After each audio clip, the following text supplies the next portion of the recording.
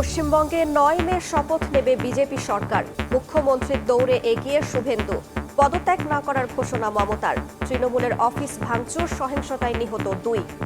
Hindu Sikh Jain Buddhist लोग ने आशीर्वाद देकर जिताया। জোর করে দখল করে যদি কেউ মনে করে যে আমি কি রেজিগনেশন দিতে হবে, নো, নট দ্যাট। পশ্চিমবঙ্গে ক্ষমতার পালা বদলে তিস্তা চুক্তি আলো দেখার আশা পররাষ্ট্রমন্ত্রীর। চীন সফরেও মহাপরিকল্পনা নিয়ে হবে আলোচনা। ভারত থেকে পুশ ইন হলে ব্যবস্থা। অবশ্যই তিস্তার কথা হবে। যে কয়টা উপায় আছে আমি সবগুলো উপায় আমরা এক্সপ্লোর করব। সবচাইতে বড় আমাদের মানুষের ইন্টারেস্ট।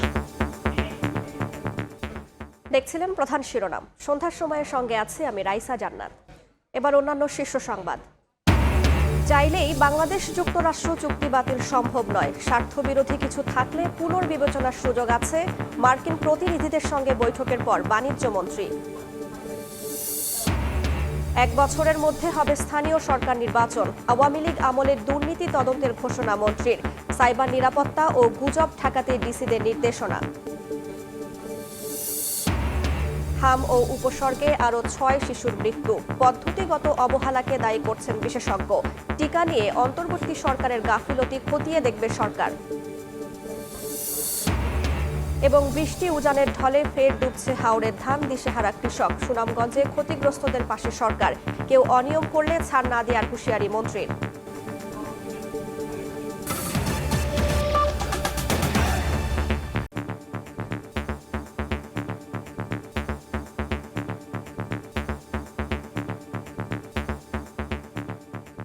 ভারতের পশ্চিমবঙ্গে ভূমিধস জয়ের পর সরকার গঠন করছে বিজেপি। 9 মে শপথ নেবে নতুন মন্ত্রিসভা। মুখ্যমন্ত্রী হওয়ার দৌড়ে এগিয়ে শুভেন্দু অধিকারী। আসন চুরির অভিযোগ তুলে পদত্যাগ না করার ঘোষণা দিয়েছেন মমতা বন্দ্যোপাধ্যায়। নির্বাচন পরবর্তী সহিংসতায় এখন পর্যন্ত 2 জন নিহত হয়েছেন। বিস্তারিত জানাচ্ছেন সুব্রত আচার্য। বিধানসভা নির্বাচনের ফলাফল প্রকাশের পর উত্তেজনা ছড়িয়ে পড়েছে পশ্চিমবঙ্গে। অনেক জায়গায় তৃণমূল কংগ্রেসের অফিসে ভাঙচুর চালানো হয়েছে। হাওড়ায় এক বিজেপি কর্মীকে পিটিয়ে হত্যার অভিযোগ উঠেছে তৃণমূলের বিরুদ্ধে। বীরভূমের এক তৃণমূল কর্মীকেও কুপিয়ে হত্যার অভিযোগ উঠেছে।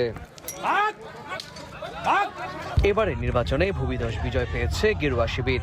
নেতৃত্ব দিয়েছেন শুভেন্দু অধিকারী। রাজ্যের নতুন মুখ্যমন্ত্রী হিসেবে তার নাম সামনে আসছে। যদিও আলোচনায় থাকাদের মধ্যে রয়েছেন বর্তমান রাজ্য সভাপতি শ্রমিক ভট্টাচার্য, স্বপন দাশগুপ্ত। তবে মোদি অমিত শাহ শেষ পর্যন্ত কাকে চেয়ারে বসান তা দেখতে অপেক্ষা করতে হবে 9 মে পর্যন্ত। সেদিনই হবে রাজ্য সরকারের শপথ গ্রহণ। ये जीत बंगाल का जीत है, ये जीत नरेंद्र मोदी जी का जीत है। মমতা বন্দ্যোপাধ্যায়ের সরকারের মেয়াদ শেষ 7 মে। এর আগে যে কোনো সময় পদত্যাগ করতে হবে। যদিও ভোট গণনায় অনিয়মের অভিযোগ এনে পদত্যাগ না করার ঘোষণা দিয়েছেন তৃণমূল নেত্রী। জোর করে দখল করে যদি কেউ মনে করে যে আমি কি রেজিগনেশন দিতে হবে, no, not that. Now also I want to say that we didn't lose the election. It is their forceful attempt to defeat us. BJP বিরোধী ইন্ডিয়া জোট শক্তিশালী করারও বার্তা দেন মমতা বন্দ্যোপাধ্যায়। সুব্রত আচার্য, সময় সংবাদ, ভারত। পশ্চিমবঙ্গে ক্ষমতার পালা বদলে তিস্তা চুক্তি বাস্তবায়ন নিয়ে আশার আলো দেখছেন পররাষ্ট্রমন্ত্রী ডক্টর খলিলুর রহমান। চীন সফরে তিস্তা মহাপরিকল্পনা নিয়ে আলোচনা হবে বলেও জানান তিনি। মার্কিন প্রতিনিধি দলের সঙ্গে বৈঠক শেষে মন্ত্রী আরও বলেন, অন্য দেশের তুলনায় কম শর্ত মেনে যুক্তরাষ্ট্রের সঙ্গে বাণিজ্য চুক্তি করেছে বাংলাদেশ। বাংলাদেশ ভারত সম্পর্কের ক্ষেত্রে অন্যতম সংবেদনশীল ইস্যু তিস্তার পানি বণ্টন চুক্তি। পশ্চিমবঙ্গের মুখ্যমন্ত্রী মমতা ব্যানার্জির বাধার মুখে 1.5 দশক ধরে ঝুলে আছে বিষয়টি। ভারতের পশ্চিমবঙ্গের রাজনীতিতে এসেছে বড় পরিবর্তন। দীর্ঘদিন পর ক্ষমতা হারিয়েছে মমতার তৃণমূল কংগ্রেস। শাসনভার পেতে যাচ্ছে কেন্দ্রের ক্ষমতাসীন দল বিজেপি। ক্ষমতার এই পালাবদলে আবারও আলোচনায় তিস্তা চুক্তি প্রসঙ্গ। মঙ্গলবার দুপুরে মার্কিন প্রতিনিধি দলের সঙ্গে বৈঠক শেষে সাংবাদিকদের সঙ্গে আলাপকালেও তিস্তার পানি বণ্টন চুক্তি নিয়ে আশার কথা জানান পররাষ্ট্রমন্ত্রী ডক্টর খলিলুর রহমান। চীন সফরে যাওয়ার আগে তিনি জানান, বেইজিংয়ের সঙ্গেও গুরুত্ব পাবে তিস্তা মহাপরিকল্পনা ইস্যু। অবশ্যই তিস্তার কথা হবে। অবশ্যই সবচেয়ে বড় কথা যেটা হচ্ছে তিস্তা পাড়ের মানুষের একটা বড় ধরনের ইকোলজিক্যাল বিপর্যয়ের মধ্যে তারা আছে। It's the matter of their economic security. আমরা যেভাবে পারি, যে কয়টা উপায় আছে আমি সবগুলো উপায় আমরা এক্সপ্লোর করবো, যেটাও সর্বোত্তম সেটাই আমরা দেব।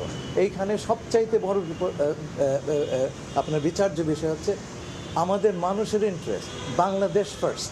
ভারত থেকে সম্ভাব্য পুশিন পরিস্থিতি নিয়ে ঢাকা সতর্ক অবস্থানে রয়েছে জানিয়ে পররাষ্ট্রমন্ত্রী বলেন, পুশিনের ঘটনা ঘটলে পাল্টা ব্যবস্থা নেবে ঢাকা। আপনারা দেখেছেন আমরা সেটাকে কড়া প্রতিবাদ দিয়েছি, সেই বিষয়ে আমাদের যা যা ব্যবস্থা নেওয়া আমরা নিব। যুক্তরাষ্ট্রের সঙ্গে বাণিজ্য চুক্তি প্রসঙ্গে মন্ত্রী বলেন, অন্য দেশগুলোর তুলনায় কম শর্ত মেনে চুক্তি করেছে বাংলাদেশ। আর বাংলাদেশের এগ্রিমেন্ট অন্যান্য দেশের এগ্রিমেন্টের সঙ্গে তুলনা করে পড়েন, তাহলে বুঝবেন। দিন মোহাম্মদ সাব্বির, সময় সংবাদ, ঢাকা। যুক্তরাষ্ট্রের সঙ্গে বহুল আলোচিত বাণিজ্য চুক্তি বাতিল করছে না সরকার। সচিবালয়ে মার্কিন প্রতিনিধি দলের সঙ্গে বৈঠক শেষে বাণিজ্যমন্ত্রী জানান, এই চুক্তি উত্তরাধিকার সূত্রে পেয়েছে বর্তমান সরকার, চাইলেই বাতিল করা সম্ভব নয়। তবে কোনো ধারা দেশের স্বার্থের পরিপন্থী হলে তা পুনর্বিবেচনার সুযোগ আছে বলে জানান তিনি। 9 ফেব্রুয়ারি জাতীয় সংসদ নির্বাচনের ঠিক 3 দিন আগে যুক্তরাষ্ট্রের সঙ্গে বাণিজ্য চুক্তি সই করে অন্তর্বর্তী সরকার। পরে এই চুক্তির শর্ত নিয়ে তৈরি হয় সমালোচনা, যাতে বাংলাদেশকে মানতে হবে শতাধিক শর্ত, বিপরীতে যুক্তরাষ্ট্র মানবে মাত্র 6টি। চুক্তি এখনো কার্যকর না হলেও যুক্তরাষ্ট্র থেকে বিভিন্ন পণ্য ক্রয়ের বিষয়টি আসে আলোচনায়। চুক্তি বাতিলের দাবি ওঠে সংসদেও। এ অবস্থায় মঙ্গলবার সচিবালয়ে যুক্তরাষ্ট্রের দক্ষিণ ও মধ্য এশিয়া বিষয়ক সহকারী বাণিজ্য প্রতিনিধি ব্রেন্ডন লিঞ্চ এর সঙ্গে বৈঠক করেন বাণিজ্যমন্ত্রী খন্দকার আব্দুল মুক্তাদির। বৈঠক শেষে মন্ত্রী জানান, যুক্তরাষ্ট্রের সঙ্গে বাণিজ্য চুক্তি বাতিল হচ্ছে না, তবে দেশের স্বার্থকে সর্বোচ্চ গুরুত্ব দেবে নির্বাচিত সরকার। রাষ্ট্র যখন একটা চুক্তি করে, সেটা এরকম না যে আপনি ইচ্ছা করলে চুক্তি রাখলেন, চুক্তি শেষ করে ফেললেন। এই চুক্তিরও সেলফ ক্যারিং এলিমেন্ট আছে। আমাদের কাছে যদি কোনো সময় মনে হয় যে এই চুক্তির কোনো একটি ধারা বা একাধিক ধারা যেটি বাংলাদেশের স্বার্থের অনুকূল না, সেটাকে কারেক্ট করার প্রভিশনও এই চুক্তির মধ্যেই আছে। সম্প্রতি বাংলাদেশের উৎপাদন খাতে অতিরিক্ত সক্ষমতা ও অতিরিক্ত উৎপাদন করা হচ্ছে কিনা তা খতিয়ে দেখতে তদন্ত শুরু করেছে যুক্তরাষ্ট্র। বাণিজ্যমন্ত্রী জানান, এ বিষয়ে ওয়াশিংটনের কাছে ব্যাখ্যা চেয়েছে ঢাকা। একই সঙ্গে নিজেদের অবস্থান ও পর্যবেক্ষণ জানানো হয়েছে। বেশিরভাগ জিনিস আমরা ইম্পোর্ট করি, আর কিছু জিনিস যেটা আমাদের রপ্তানি সক্ষমতা আছে সেটার ওভার ক্যাপাসিটি না, আমরা কোনো কোথাও ডাম্প করি না। এরকম একটা ইনকোয়ারি না হলে আমরা সেটা অ্যাপ্রিশিয়েট করতাম, সেটা আমরা তাদের জানিয়েছি। এদিকে মার্কিন প্রতিনিধি দলের সঙ্গে বৈঠক শেষে পরিবেশ মন্ত্রী আব্দুল আওয়াল মিন্টু জানান, বাণিজ্য চুক্তির পরিপূর্ণ বাস্তবায়ন নিশ্চিত করতে সরকারকে তাগাদা দিয়েছে ওয়াশিংটন। ওনারা বিভিন্ন মন্ত্রণালয় যাচ্ছে যেন এগুলি সুষ্ঠু বাস্তবায়ন হয়। শুভ খান, সময় সংবাদ, ঢাকা। 1 বছরের মধ্যে স্থানীয় সরকারের সব পর্যায়ে নির্বাচন হবে বলে জানিয়েছেন এলজিআরডি মন্ত্রী। আওয়ামী লীগ শাসনামলে এ খাতের দুর্নীতি তদন্ত করা হবে বলেও জানান তিনি। মুক্তিযোদ্ধা তালিকার অনিয়ম দূর করতে ডিসিদের সহায়তা চাওয়া হয়েছে বলে জানিয়েছেন প্রতিমন্ত্রী। সাইবার নিরাপত্তা ও গুজব ঠেকাতে জেলা প্রশাসকদের নির্দেশনাও দেওয়া হয়েছে। রাজধানীর ওসমানী স্মৃতি মিলনায়তনে চলছে 4 দিনব্যাপী জেলা প্রশাসক সম্মেলন। তৃতীয় দিনে 9টি মন্ত্রণালয়ের বিভিন্ন প্রস্তাবের উপর আলোচনা হয়। আলোচনা শেষে এলজিআরডি মন্ত্রী জানান, 1 বছরের মধ্যে স্থানীয় সরকারের সকল স্তরের নির্বাচন সম্পন্নের লক্ষ্য রয়েছে। বলেন, আওয়ামী লীগ শাসনামলে এই খাতের দুর্নীতির তদন্ত করা হবে। গত 16 বছরে ইনফ্যাক্ট স্থানীয় সরকারের কমিউনিকেশন যেটাকে বলি, এই জায়গাটা অনেক ক্ষতিগ্রস্ত হয়েছে। সবচেয়ে দুর্ভাগ্যজনক হচ্ছে যে ব্যাপক দুর্নীতি হয়েছে। সেই বিষয়গুলো আমরা মন্ত্রণালয়ের তরফ থেকে আমরা তদন্ত করব, চেষ্টা করব 1 বছরের মধ্যে আগামী সমস্ত টায়ারগুলোতে নির্বাচন হয়ে যাওয়ার জন্য। সরকার ঘোষিত 6 মাসের কর্মপরিকল্পনা বাস্তবায়ন, মাঠ পর্যায়ে সাইবার নিরাপত্তা নিশ্চিত ও গুজব ঠেকাতে ডিসিদের নির্দেশনা দেওয়া হয়েছে বলে জানান তথ্য প্রযুক্তি মন্ত্রী। আর স্থানীয় সরকার প্রশাসনের সঙ্গে সমন্বয় করে সামরিক বাহিনী কাজ করবে উল্লেখ করে শক্তিশালী সশস্ত্র বাহিনী গঠনে সামরিক নিয়োগ প্রক্রিয়ায় ডিসিদের সহায়তা চাওয়া হয়েছে বলে জানান প্রধানমন্ত্রীর প্রতিরক্ষা উপদেষ্টা। প্রশিক্ষিত সেনাবাহিনী জনগণের সাথে যে কাজ করছে, এতে তারা আরো বেশি দায়িত্ববোধের পরিচয় দিয়েছে এবং প্রত্যেকটা জেলা প্রশাসক এ ব্যাপারে তাদের অবস্থান থেকে তারা সন্তোষ প্রকাশ করেছে। আইসিটি বলেন, ডাক, টেলিকম এবং আমাদের বিজ্ঞান প্রযুক্তি 3টা মন্ত্রণালয় আমরা এই সরকারের যে নির্বাচনী ইস্তাহার ছিল ওটাকে সামনে রেখে আমরা কাজ করে যাচ্ছি। প্রধানমন্ত্রীর দিক নির্দেশনা অনুযায়ী সশস্ত্র বাহিনীর আধুনিকায়নের কথাও জানান উপদেষ্টা। সশস্ত্র বাহিনীকে আরো শক্তিশালী করার। প্রসূন আশিস, সময় সংবাদ, ঢাকা। হাম ও উপসর্গে প্রাণ গেল আরও 6 শিশুর। নতুন করে হাসপাতালে ভর্তি প্রায় 1450। সংক্রমণ ঠেকাতে 2 ডোজ নেওয়া শিশুদের বুস্টার ডোজ নেওয়ার পরামর্শ চিকিৎসকদের। প্রকোপের জন্য টিকাদানে ঘাটতি আর মৃত্যুর জন্য পদ্ধতিগত অবহেলাকে দায়ী করেছেন জনস্বাস্থ্য বিশেষজ্ঞ।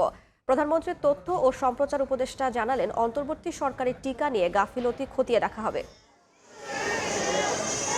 রাজধানী সহ সারা দেশে প্রতিদিনই বাড়ছে হামাক্রান্ত শিশুর সংখ্যা। জ্বর, কাশি, ফুসকুড়ি, শ্বাসকষ্ট সহ নানা উপসর্গ নিয়ে হাসপাতালে ভর্তি হচ্ছে তারা। অনেক ক্ষেত্রে দেরিতে আনার কারণে বাড়ছে জটিলতা। হাম দিয়েও একদম ভরে গেছিল, এখন অনেক সুস্থ।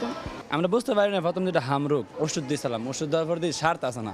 মার্চের মাঝামাঝি থেকে এ পর্যন্ত হামের উপসর্গ নিয়ে ভর্তি হয়েছে 35,000-এর বেশি। হাম ও উপসর্গ নিয়ে মৃত্যু ছাড়িয়েছে 300। একটা কমন আছে যেটা হচ্ছে কি টিকা নেননি, 2 ডোজের একটি ডোজের টিকা নেওয়া হয়নি, অথবা টিকা মানে একটা ডোজ নেওয়া হয়েছে। আর কিছু বাচ্চা আছে 9 মাসের আগে আক্রান্ত হয়েছেন অলরেডি। প্রকোপ বেড়ে গেলে তড়িঘড়ি করে টিকা জোগাড় করে 20 এপ্রিল সারা দেশে শুরু হয় টিকাদান কর্মসূচি। হাম পরিস্থিতি মোকাবেলা করতে গিয়ে বেরিয়ে আসে 2025 সালের সেপ্টেম্বরে ইউনিসেফের মাধ্যমে টিকা কেনা বন্ধ করে দেয় ডক্টর ইউনূস সরকার। এর ফলে সারা দেশে টিকার সংকট দেখা দেয় এবং নাটকীয়ভাবে কমে আসে টিকাদান। জনস্বাস্থ্য বিশেষজ্ঞ বলছে, টিকা না দেওয়ার কারণেই মারা যাচ্ছে একের পর এক শিশু। মূলত এটি একটি পদ্ধতিগত অবহেলাজনিত হত্যাকাণ্ড। এই হত্যাকাণ্ডের জন্য যারা দায়ী তাদেরকে শনাক্ত করার জন্য একটি স্বাধীন উচ্চ পর্যায়ে তদন্ত কমিশন গঠন করা হোক এবং তাদের প্রাপ্ত তথ্যাদির উপর ভিত্তি করে দায়ীদেরকে আইনের আওতায় আনা হোক। মঙ্গলবার সচিবালয়ে ব্রিফিংয়ে প্রধানমন্ত্রীর তথ্য ও সম্প্রচার উপদেষ্টা জানান, অন্তর্বর্তী সরকারের আমলে হামের টিকা নিয়ে গাফিলতি খতিয়ে দেখবে বর্তমান সরকার। খুবই দুঃখ প্রকাশ করছি, কারণ আক্রান্ত শিশুরা যখন নিউমোনিয়ায় আক্রান্ত হয়ে যান, বাংলাদেশে সেই পরিমাণ সাপোর্ট দেওয়া কঠিন হয়, আইসিইউ সাপোর্ট বিশেষ করে। ইন্টারিম সরকার শিশু মৃত্যু ঘটাতে চাই এরকম কোনো ব্যাড ইন্টেনশন তাদের ছিল বলে মনে হয় না, আমি মনে করি না। কিন্তু এটা নিয়ে আমাদের খতিয়ে দেখা দরকার আছে, সেই কাজটা আমি মন্ত্রণালয়ের কথা বলেছি।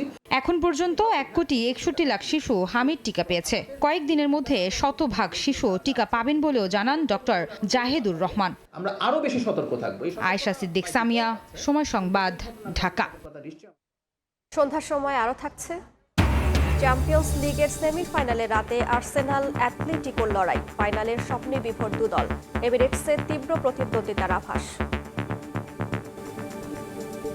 বৃষ্টি ও উজানের ঢলে ফের ডুবছে কিশোরগঞ্জ ও মৌলভীবাজারে হাওরের ধান। কষ্টের ফসল তলিয়ে যাওয়ায় কাটছে না কৃষকের দুর্ভোগ। এদিকে কৃষি ও কৃষকের স্বার্থ রক্ষার প্রশ্নে কোনো ছাড় নয় বলে জানিয়েছেন কৃষিমন্ত্রী। আর দুর্যোগ ব্যবস্থাপনা ও ত্রাণমন্ত্রী হুঁশিয়ারি দিয়ে বলেছেন, ক্ষতিগ্রস্ত কৃষকদের তালিকায় দুর্নীতি সহ্য করা হবে না। কৃষকের দুর্দশা কমছেই না, আবারও নতুন করে তলিয়ে গেছে বেশ কয়েকটি হাওরের ধান।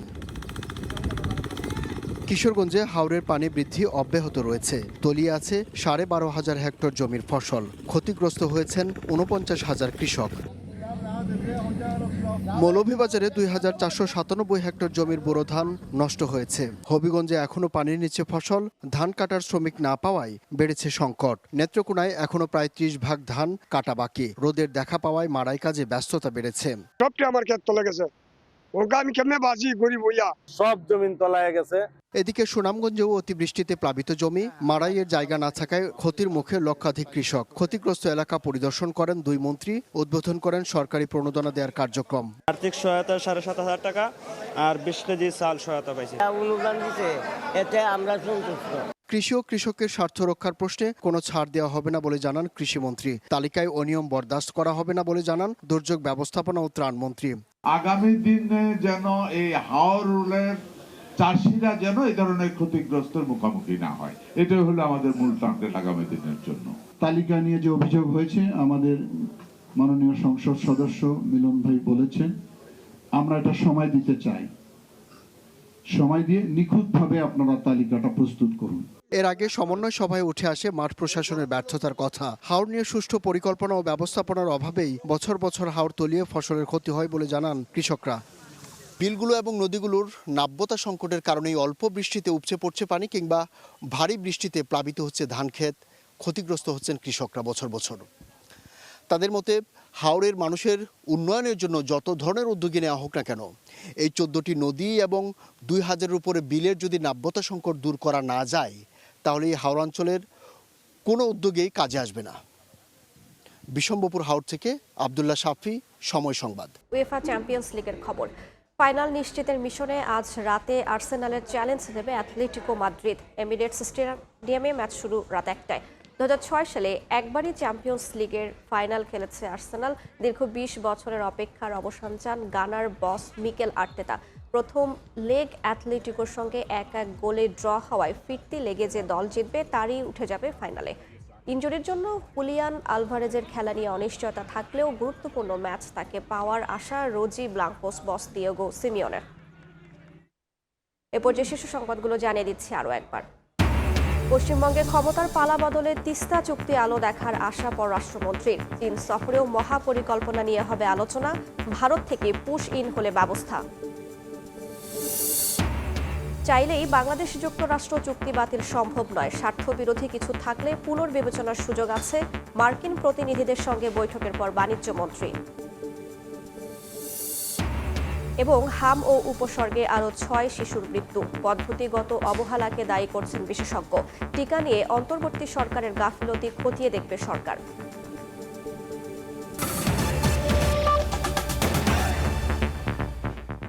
এ ছিল সন্ধ্যার সময়ে। এরপর জনপদের সময় নিয়ে সঙ্গে থাকবেন সহকর্মী জাফর সাদিক। ধন্যবাদ রাইসা। জনপদের সময় নিয়ে আসছি কিছুক্ষণ পর, সঙ্গে থাকুন সময়।